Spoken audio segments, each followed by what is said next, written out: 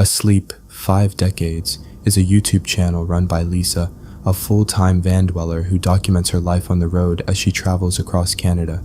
From the freedom of endless highways to the challenges of living out of a van, she shares the reality of a life constantly in motion. But not every journey brings peace. On October 27, 2022, Lisa uploaded a video describing a deeply unsettling experience that left her shaken. That night, she had parked her van near a camping area along the Bonnewa Canal, expecting nothing more than a quiet place to rest. The area seemed calm, ordinary, and still, but as she settled in, something happened that turned the night into one she would never forget. So I'm actually in Bonnewa Canal, and I have got my side door open like I always do, but I kind of have it so that people have no reason, they have absolutely no reason to walk on the side of my van so that they can look in it or anything, unless they want to be nosy or, just up to no good. And so that's exactly what this one guy did. I'm in there starting to prepare my dinner, and he pokes his head right in my van, comes right in my van, the side door, and he's like, "Vous avez un petit ami?" And I was startled and I jumped back. He goes, "Un chum?" And I'm like, I don't speak French. Like, "Vous avez un petit ami?" He asked me if I had a boyfriend. Do you have a boyfriend? Un chum is just another way of asking a boyfriend. I don't speak French. And so he gets out his phone and he's trying to look for a translator, like a Google Translator or something, so he can communicate with each other.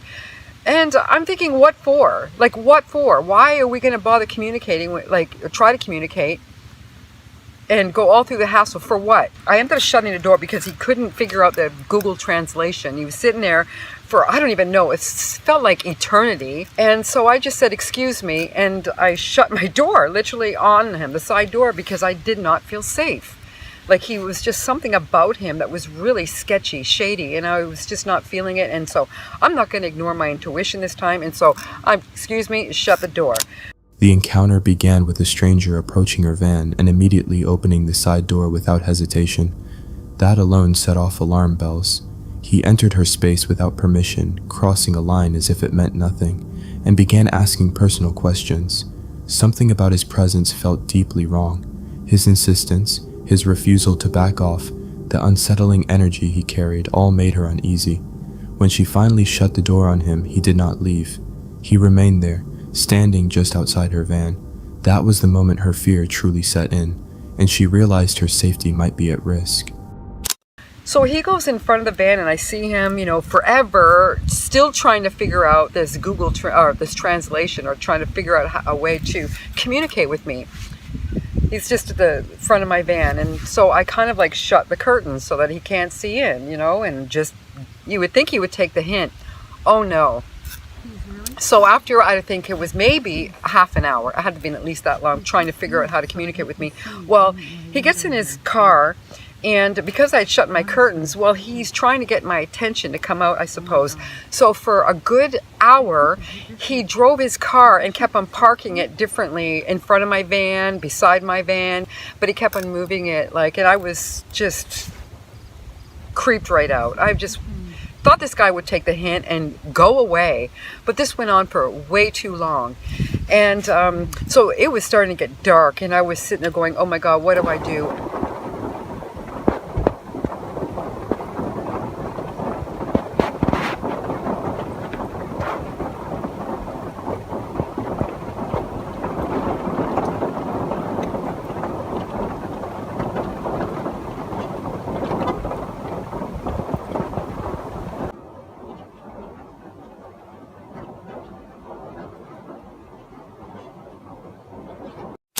The situation only continued to escalate.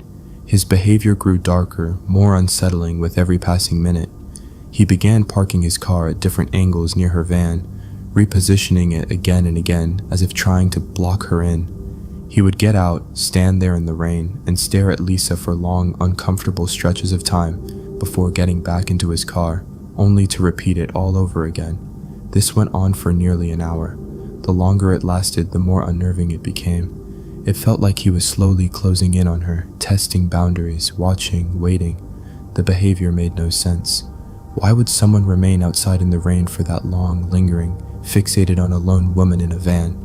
Whatever his intentions were, they didn't feel innocent, and with each minute, the sense of danger grew heavier. He just moved even closer so that I can't move out and so that I can't go forward.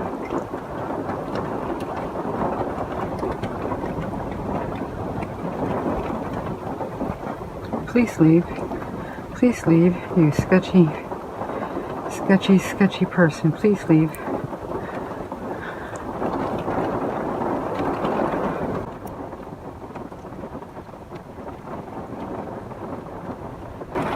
This guy is really starting to freak me out.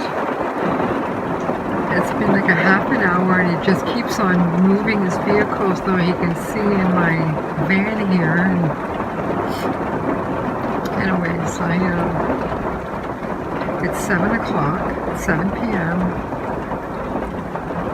It's raining pretty hard and he is just such a creepy person, and I didn't trust him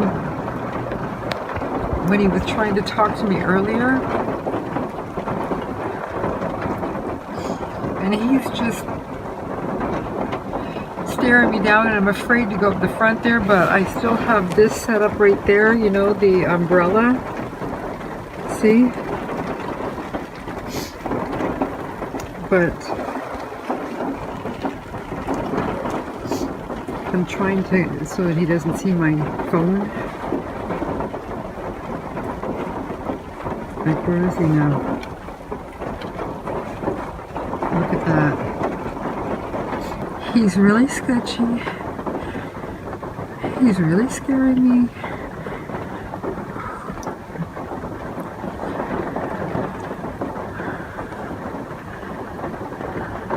But the good thing is,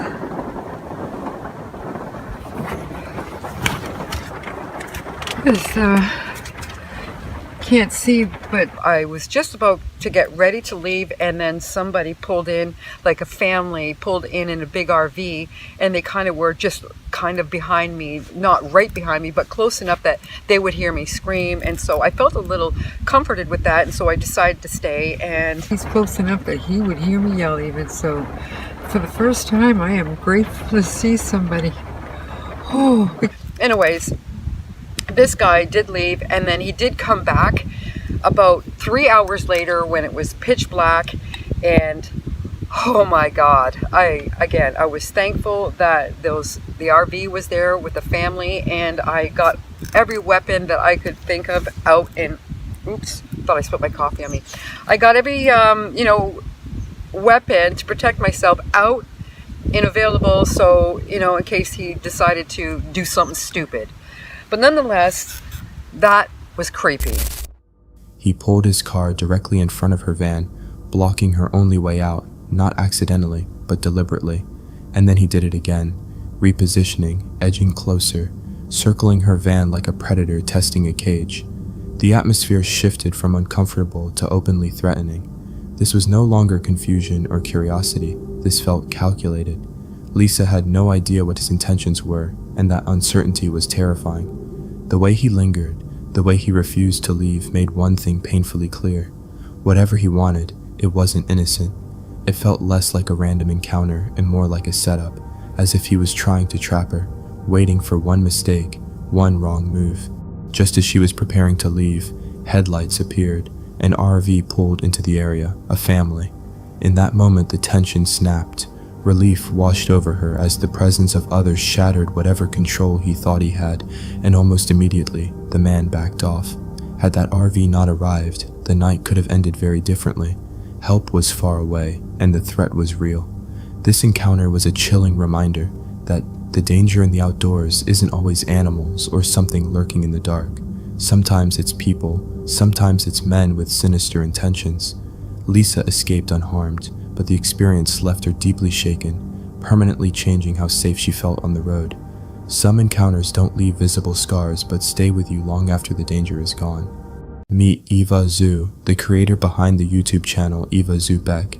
She is an adventurer, survivalist, and self-described feral woman, known for living in her tent and pushing herself through extreme camping and exploration challenges.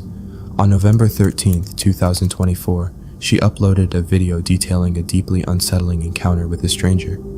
Ava often lives and films alone in the wilderness, but during one of her solo camping nights in a remote woodland, something happened that shattered the sense of control she usually thrives on.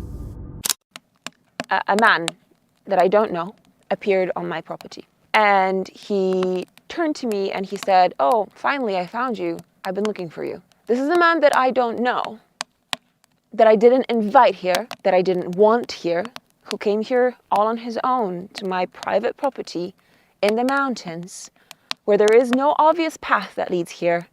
He made his way up the hills and through the freaking forest to find me, uninvited.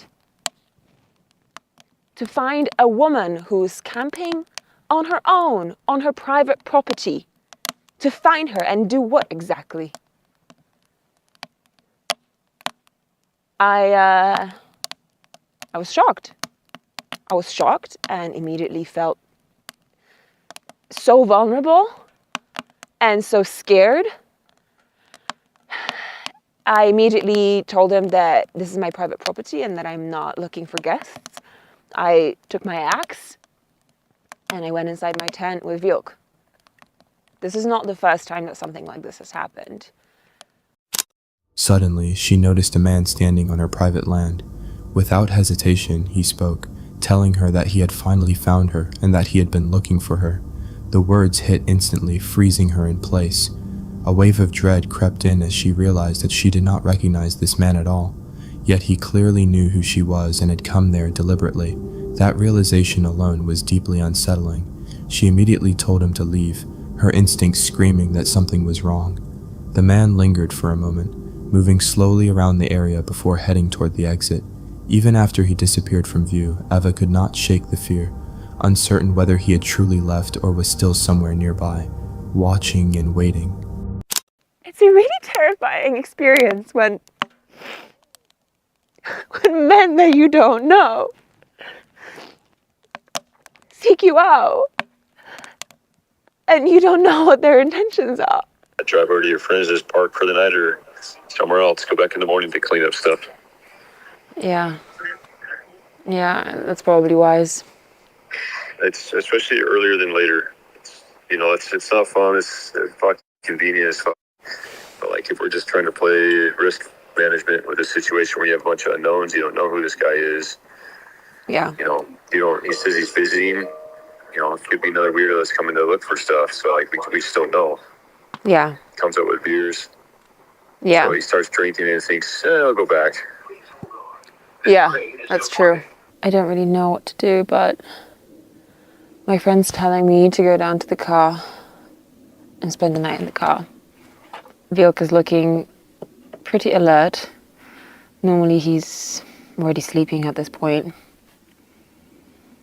And I kind of don't want to leave the tent here, but I think I'd be able to fall asleep here tonight, honestly. Because I don't know. People drink, people get stupid ideas in their heads.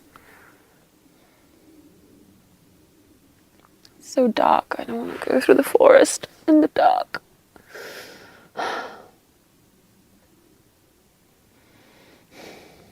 But I don't feel safe here right now. My gut's telling me to go. So, I'm gonna take this. I'm gonna take some luggage. I'm gonna go to sleep in the car. But the craziest thing about all this is that I know for a fact that there are wolves in these forests right now, as we speak. Because I've seen them on my trail cams, because people in the village have lost dogs and sheep just now, this season.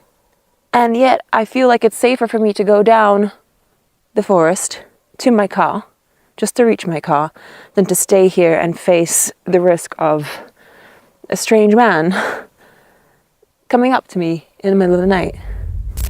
She no longer felt safe. Every instinct told her to leave, warning her that staying through the night could lead to something far worse. The man had been holding a beer bottle, and the thought of him drinking, growing more unpredictable, and possibly returning made her skin crawl. What had once felt like a secure, familiar campsite suddenly felt exposed and compromised. This place was no longer safe. Knowing hesitation could be a mistake, She packed up and chose to leave immediately. She walked out of the forest in the dark, even with the risk of wolves nearby, because that danger felt more predictable than the unknown intentions of a stranger. Sometimes survival means trusting your instincts without question. In isolated places, the greatest threat is not always the wilderness or what hides in the dark, but the people who shouldn't be there at all. Meet Carl, the creator of the YouTube channel Welcome to the Woods UK, where he documents outdoor adventures, camping trips, hunting, and survival challenges, often presenting the forest as a calm and peaceful escape. But on March 9th, 2022, that sense of comfort was shattered. While spending time in his woodland, Carl noticed something that didn't belong there. At first, he dismissed it, assuming it was nothing unusual. That changed when he realized one of his trail cameras had completely vanished. There was no clear explanation, no natural reason for it to disappear.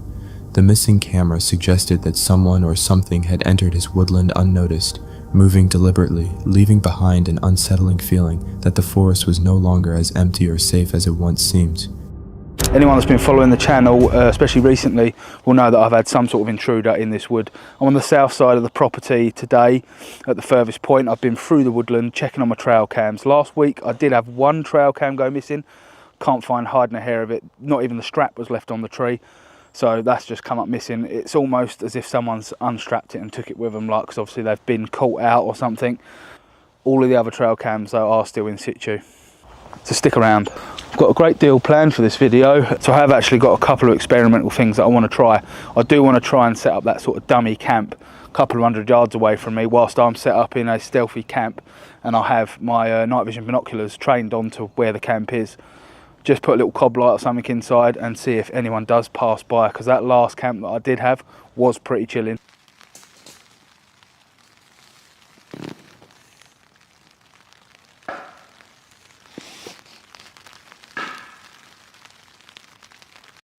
Carl later revealed that the camera hadn't just been removed, it had vanished entirely, including the mounting strap.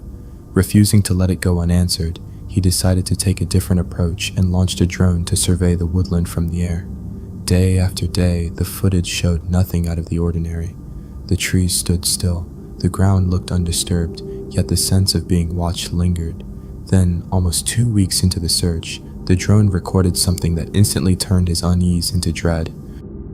So for the last 2.5 weeks I have been using my drone for aerial surveillance on this. Might sound funny, but it can actually cover a big area and it can see a lot wider vision than what I can be in the woods on the floor.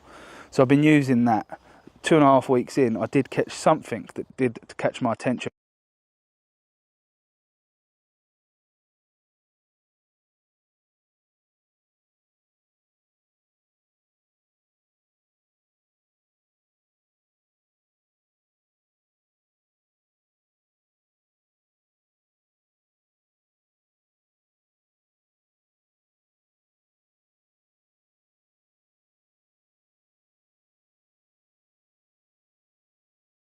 So we are at the big cabin, some 4 miles away from the other bit of woodland that you have been seeing.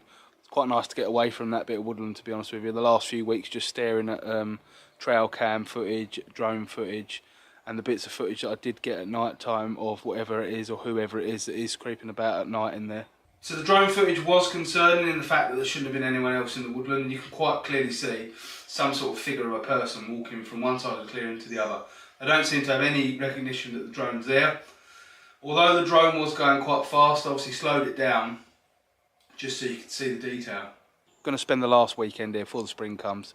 I want to take the stovepipe and the log burner out and give it a good clean once I'm finished in here this weekend.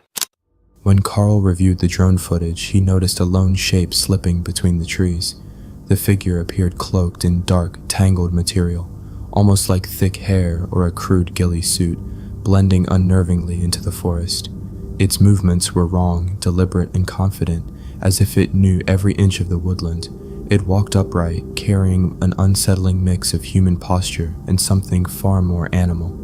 A cold unease settled over Carl as he watched the footage again and again. Determined to draw it out and learn the truth, he formed a plan.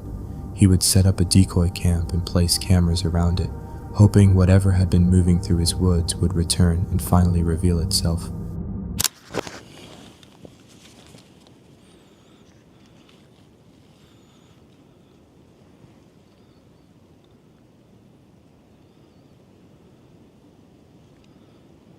Don't know if you can see it, but just against that tree that's out there in the opening, that is the decoy camp.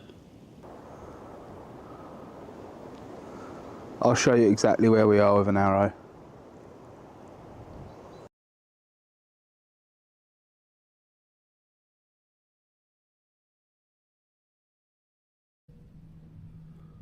As you can see, once you're shut inside, it is quite cosy.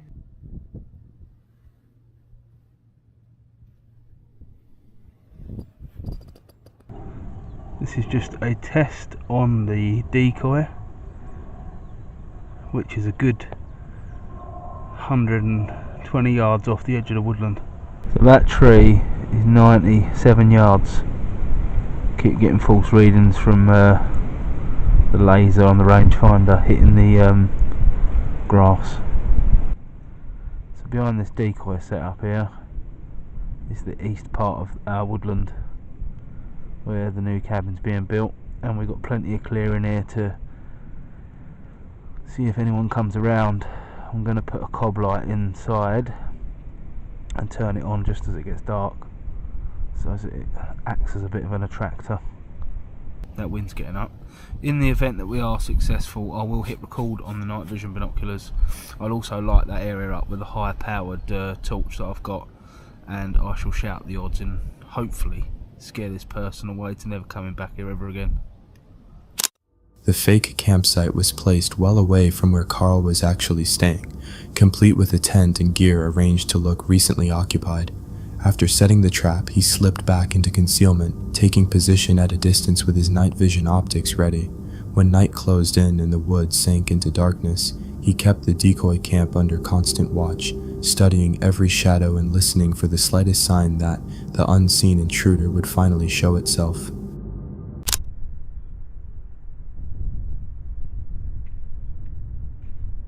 If that was a stick that's fallen out of that tree or something was thrown. I'll have to replay the footage, but I'm not sure whether a branch fell out of the tree or something was thrown at that.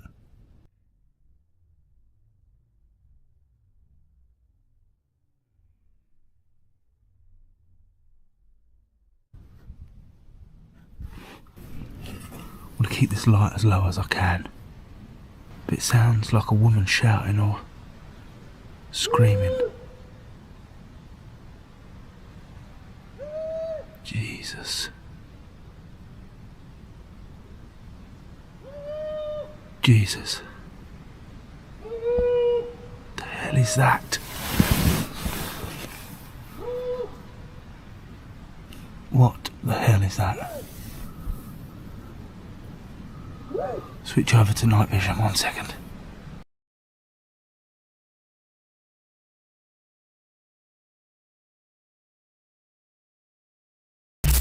At first, a heavy branch came crashing down onto the tent, striking it with enough force to feel intentional, as if something had hurled it from the darkness. Carl tried to brush it off, but moments later the woods erupted with noise. Deep, echoing sounds rang out around the camp, somewhere between screams and distorted shouting. He froze, heart pounding, scanning the footage, yet there was nothing there. No figure, no movement, no explanation. The sounds were raw and guttural, nothing like wildlife. Carl could not pinpoint the source no matter how hard he tried. The noises seemed to drift, circling the tent just beyond the reach of his vision. He remained on high alert for the rest of the night, but nothing else revealed itself. By morning, the forest had returned to its usual calm, offering no answers. The sounds, the forceful impact, and the figure glimpsed earlier on the drone footage had no logical explanation. Carl had set the trap to uncover the truth, but instead he walked away with deeper, more unsettling questions. Was it a person stalking the woodland, or something far stranger that understood how to stay hidden? Whatever shared that forest with him never revealed itself, leaving behind a chilling mystery that may never be explained. Paul runs the YouTube channel, Paul in a Pack, where he documents his outdoor journeys through backpacking, hiking, and camping, capturing everything from the stillness of deep forests to the quiet beauty of the wilderness. His content is usually calm and reflective, focused on the peace that comes with being alone in nature. But on August 2nd, 2025, that sense of peace was shattered. Paul set out on the Pacific Crest Trail with a simple plan to hike deep into the trail and camp for the night. As he pushed farther inside the wilderness, something unexpected stopped him cold. What he encountered along the trail was not just unsettling, it was something that instantly changed the tone of his journey and made him realize this hike was not going to unfold the way he imagined. So I've just come from this direction, walking down this trail here, and to the side of me is this big volcanic feature. I'm going to guess it's either a sill or a dike. I can't remember the difference between them. But just through here on some of the rocks, there seems to be a big pile of, it kind of looks like trash, but it also looks like it could be a sleeping bag. And I can't see anyone there. It's just a little bit strange, so I'm just going to have a wander in and make sure that there's nothing nasty going on.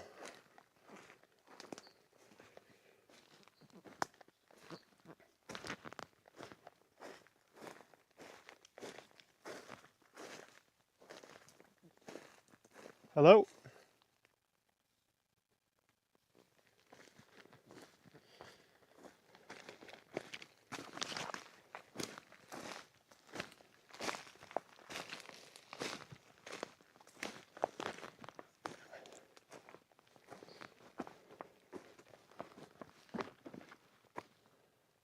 Oh my goodness me.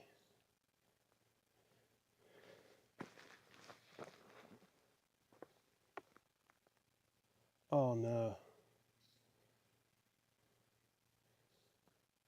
Oh no.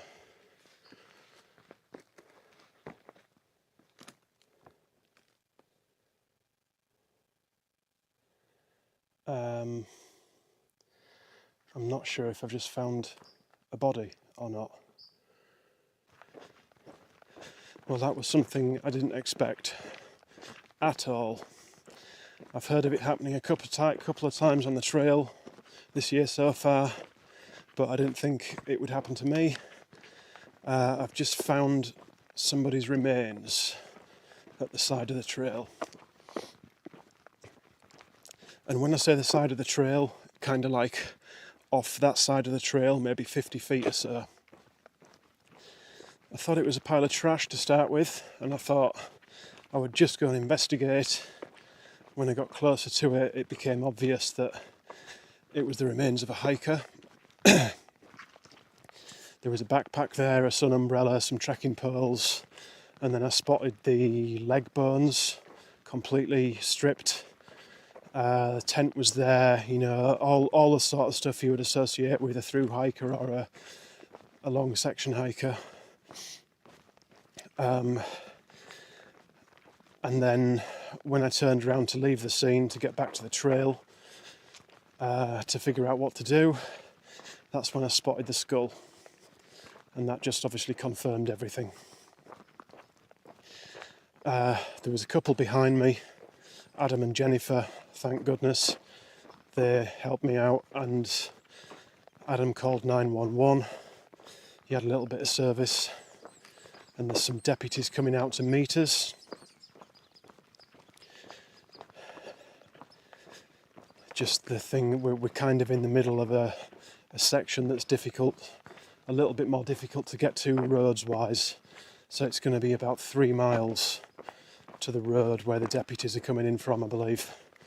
Adam's marked the site with some TP, toilet paper, and some sticks. And as I say, we didn't disturb anything. We just kind of looked from a distance. But it's an awful, awful thing, obviously. But hopefully that will bring some closure to the family. That's the only thing that's kind of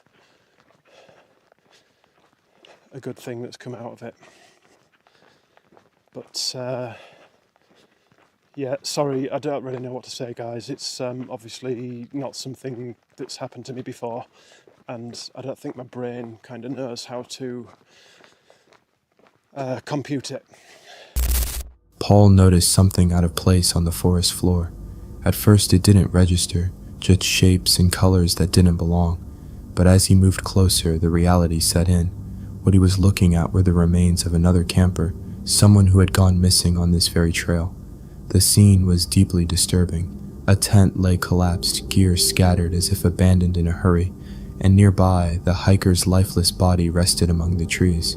In the original video, much of this footage is heavily censored, with details obscured due to how graphic and sensitive the discovery was. Shaken, Paul immediately sought help from a nearby couple, and together they contacted emergency services. Authorities later recovered the body, finally bringing closure to the hiker's family.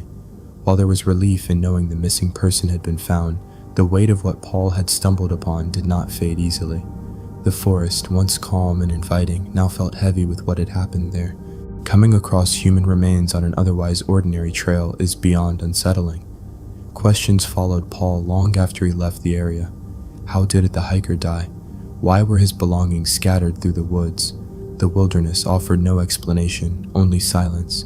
What truly happened on that stretch of the Pacific Crest Trail remains a chilling mystery, one that may never be answered. This disturbing encounter comes from Sarah, the creator behind the channel Wandering Jeepsy. Her content follows her life on the road, traveling across the United States in her Jeep, documenting outdoor explorations and the quiet freedom that comes with Jeep life. Through empty highways and open landscapes, she searches for solitude, nature, and a sense of peace away from the noise of everyday life.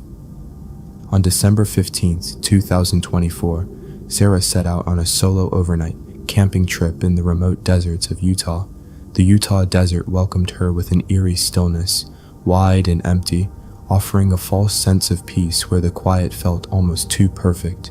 But what began as a simple night camping trip slowly unraveled into an unsettling experience, one that would shatter her sense of safety. Well, another awesome free campsite out here in beautiful southern Utah. And I'm gonna walk around and go check the area out.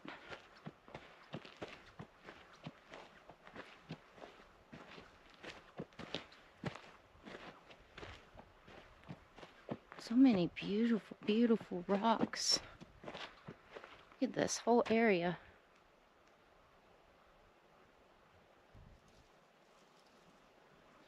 So peaceful, and there's nobody around.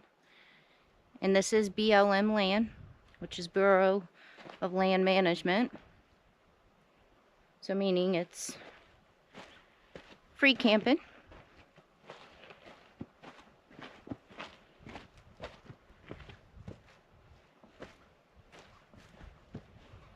I like to walk around when I get to my place that I'm setting up camp at and just scope the area out. Make sure there's no crazy people hiding in the bushes or behind the rocks. Or wild animals. But I think we're good in this area.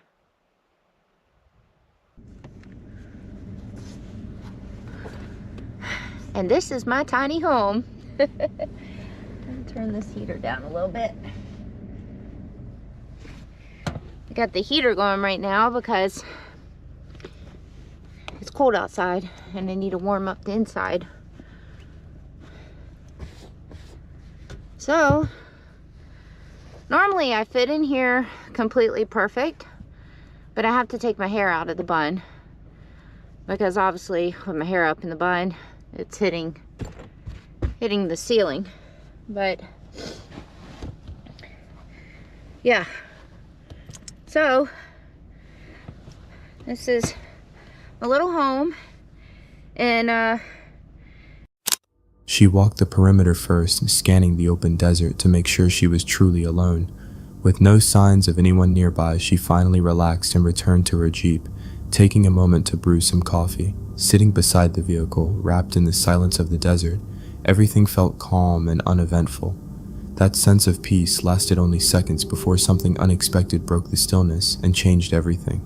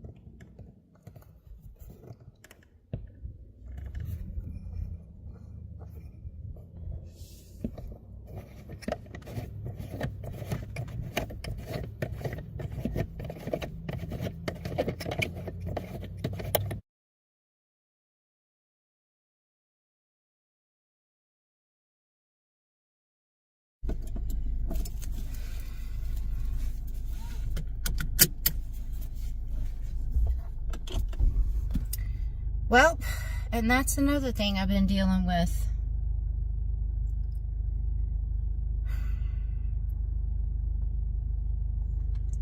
We all know I've been dealing with a stalker situation lately. I know what he drives. I know what he looks like. I kind of know where he is at all times because, well, he posts his videos of where he's at.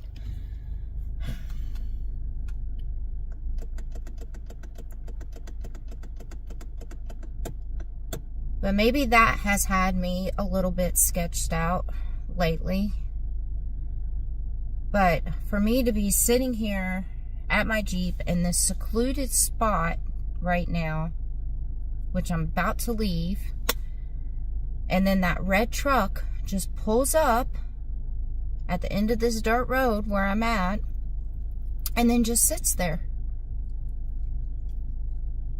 And I was out walking around the campsite filming when I saw the truck. I thought he was going to turn around or something, but no, he just sits there. So I took my phone and I put it up on my dashboard and I just started recording just in case. So then I also come and stand by my Jeep because we all know I have protection, so. And the truck just continues to sit there. And then when he pulls off, you guys can probably see it in the video, his window is rolled down and he's staring right at me when he pulls off.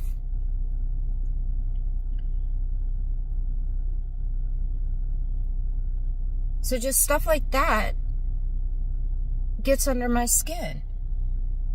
Because now I found this awesome campsite and I have to leave. Because now I am worried and paranoid that once it gets dark or in the middle of the night, could this guy come back because he knows I'm here by myself in this secluded spot? And it's already getting late in the day for me to go try to find another campsite now.